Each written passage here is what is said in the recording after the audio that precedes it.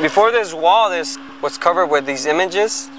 It was empty. It was a target of a lot of graffiti. And through a friend, they found out that I painted, and they offered me if I wanted to do a mural in back of Roosevelt High School. But the mural was going to be somewhere in the length of maybe 20 feet long on this same wall on the other side. And I walked around this whole wall, and then I proposed to them that maybe I could do the whole wall.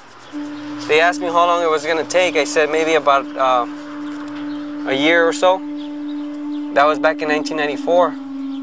And officially we finished this mural in February 2nd of 2003. So it took 6 years, maybe 7. But as you can see, I still come back and retouch some of the graffiti that's put up on this wall.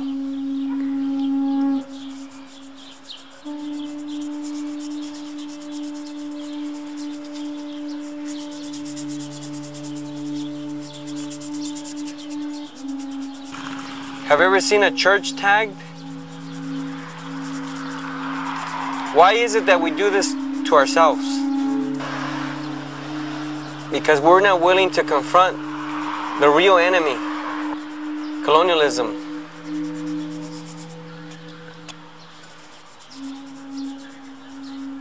But yet, easily, we'll come and tag our work of art that's trying to inform our people. This never comes out from the white supremacists. It's our own people.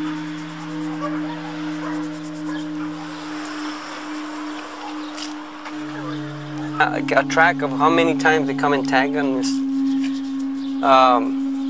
Being here at the mural, coming here at night, sometimes from Fridays to Saturdays in the afternoon, basically doing all-nighters and just staying awake and trying to finish up on the mural. It does take a toll.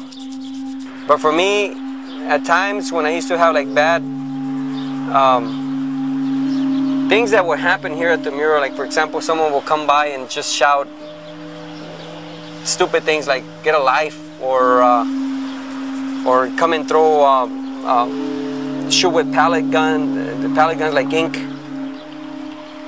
So, one time I got confronted by this one guy who was trying to teach me some history, and when this happened, I confronted him and I told him no, I wasn't going to read his books that he was recommending. One of those books being Aztec by Gary Jennings, and whoever knows about that book is basically a novel.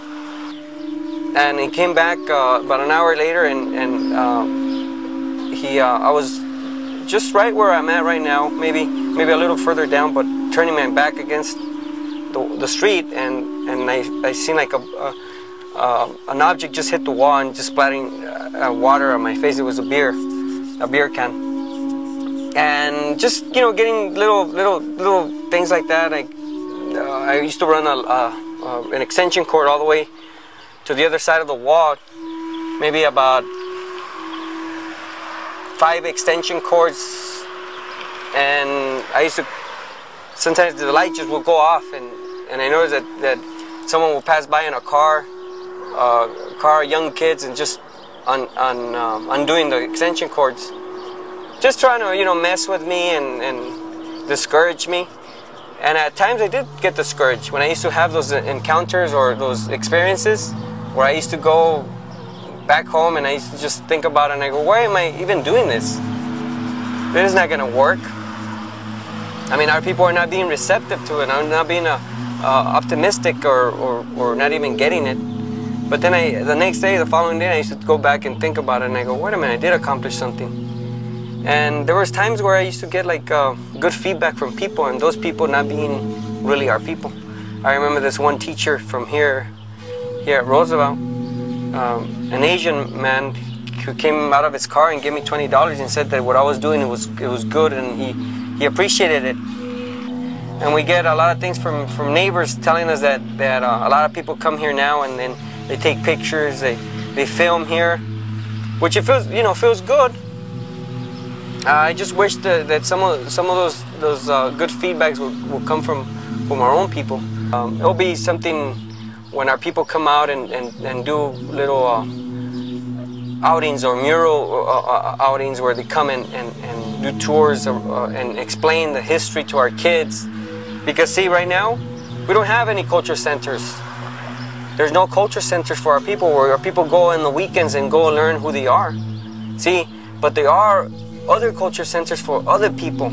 Like for example, take the Jewish community. They have a lot of culture centers. They probably have in the range of 25 or more culture centers. And even the Koreans who haven't been here that long have a culture center. If you go down on First Street, you see a Japanese culture center.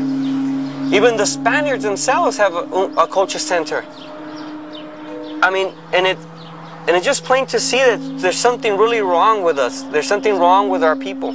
I mean, yeah, we do have Plaza de la Raza, a beat up thing over there in a park here. And we have Chicano Park underneath a bridge.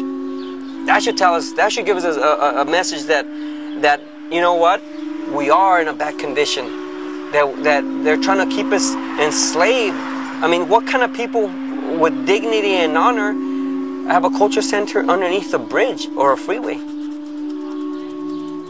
Only the people that are enslaved.